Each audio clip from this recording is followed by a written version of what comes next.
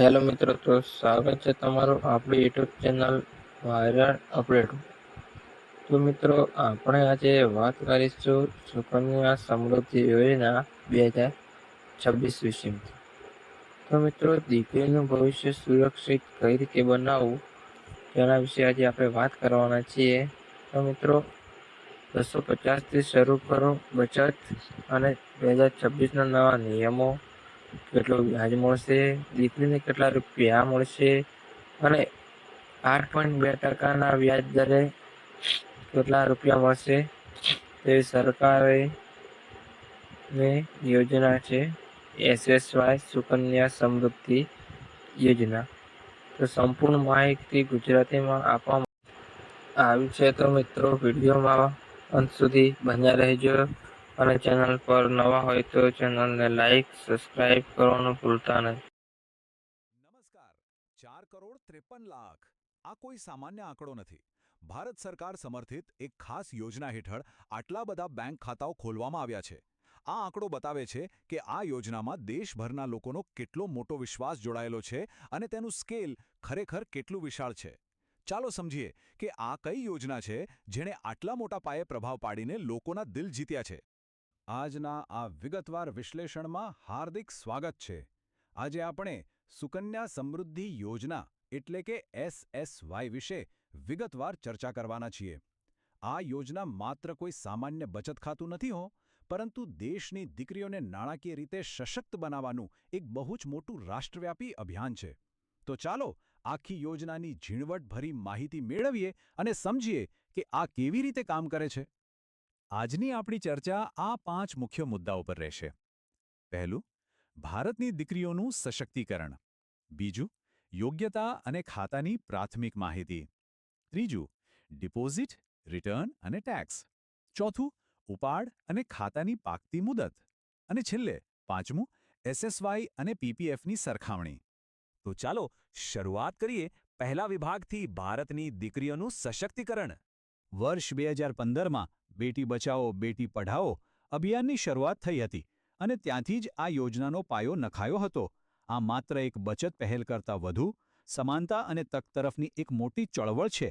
સરકારે આને માત્ર એક સામાન્ય બેંક ખાતા તરીકે નથી બનાવ્યું, પરંતુ દીકરીઓના શિક્ષણ અને તેમના ભવિષ્યને આર્થિક રીતે સુરક્ષિત કરીને સામાજિક સમાનતા લાવવાના એક મજબૂત સાધન તરીકે ડિઝાઇન કર્યું છે.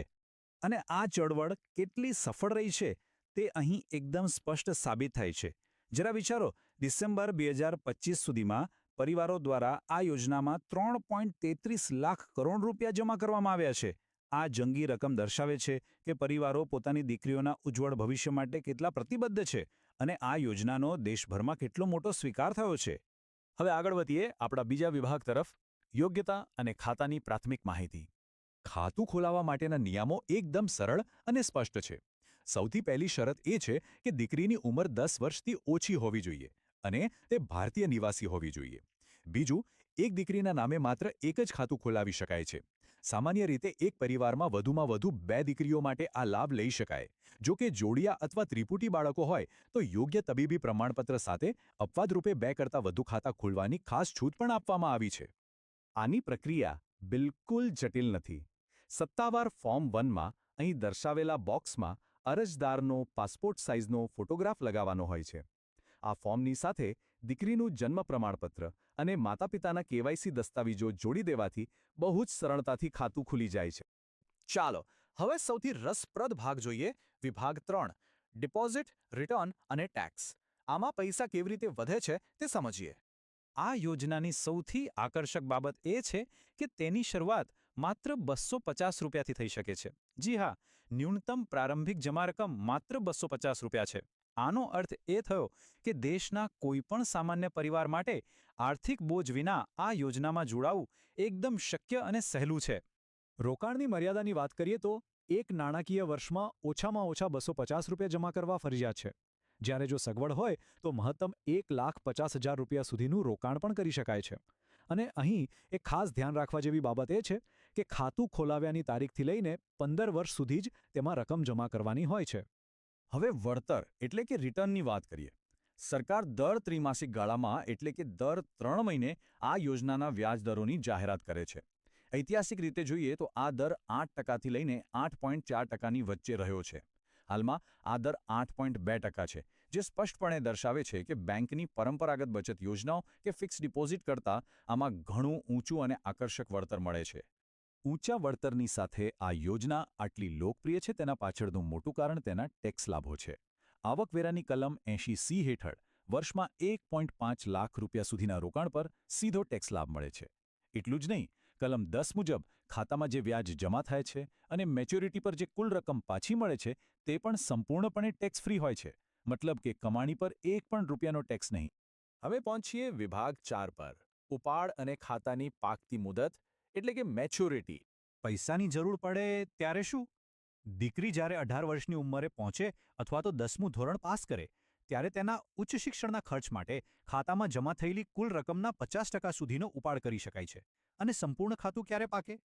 ખાતું ખોલાવ્યાના બરાબર 21 વર્ષ પછી આ ખાતું સંપૂર્ણપણે મેચ્યોર થાય છે અને જમા થયેલી બધી જ રકમ વ્યાજ સહિત પાછી મળે છે. જો કે જીવનમાં ક્યારેક અણધાર્યા સંજોગો આવતા હોય છે, એટલે ખાતું સમય પહેલાં બંધ કરવા માટે કેટલાક ખાસ નિયમો બનાવવામાં આવ્યા છે. જો 18 વર્ષની ઉંમર પછી દીકરીના લગ્ન નક્કી થાય તો ખાતું બંધ કરી શકાય છે. આ ઉપરાંત જો ખાતાધારકનું દુઃખદ અવસાન થાય અથવા કોઈ જીવલેણ બીમારી જેવા અત્યંત કરુણાજનક સંજોગો ઊભા થાય તો ખાતું ખોલાવ્યાના 5 વર્ષ પછી તેને વહેલું બંધ કરવાની મંજૂરી આપવામાં આવે છે. આ જોગવાઈઓ પરિવારને કપરા સમયે એક સુરક્ષા કવચ પૂરું પાડે છે. હવે આપણા છેલ્લા અને 5મા વિભાગ પર આવીએ, SSY અને PPFની સરખામણી. આ બંને વિકલ્પો વચ્ચેનો મુખ્ય તફાવત એકદમ સ્પષ્ટ છે.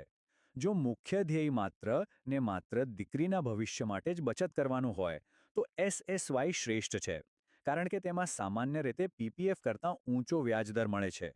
બીજી તરફ PPF એ એક સામાન્ય લાંબા ગાળાનો બચત વિકલ્પ છે, જે વધુ લવચિકતા આપે છે. દાખલા તરીકે, PPFમાં જમા રકમ પર લોન મેળવી શકાય છે, જ્યારે આવી લોનની સુવિધા સુકન્યા સમૃદ્ધિ યોજનામાં ઉપલબ્ધ નથી. તો અંતે આખી વાતનું તારણ શું? એક વિચારવા જેવો પ્રશ્ન ઊભો થાય છે.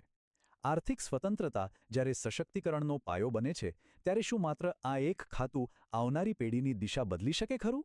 દેશના 4 કરોડથી વધુ પરિવારોએ આમાં રોકાણ કરીને સાબિત કરી દીધું છે કે હા, આ બિલકુલ શક્ય છે. દીકરીઓનું આર્થિક ભવિષ્ય સુરક્ષિત કરવું એ સાચા અર્થમાં સમાજને મજબૂત બનાવવાની એક સુંદર શરૂઆત છે. આજના આ વિશ્લેષણમાં જોડાવા બદલ ખૂબ ખૂબ આભાર.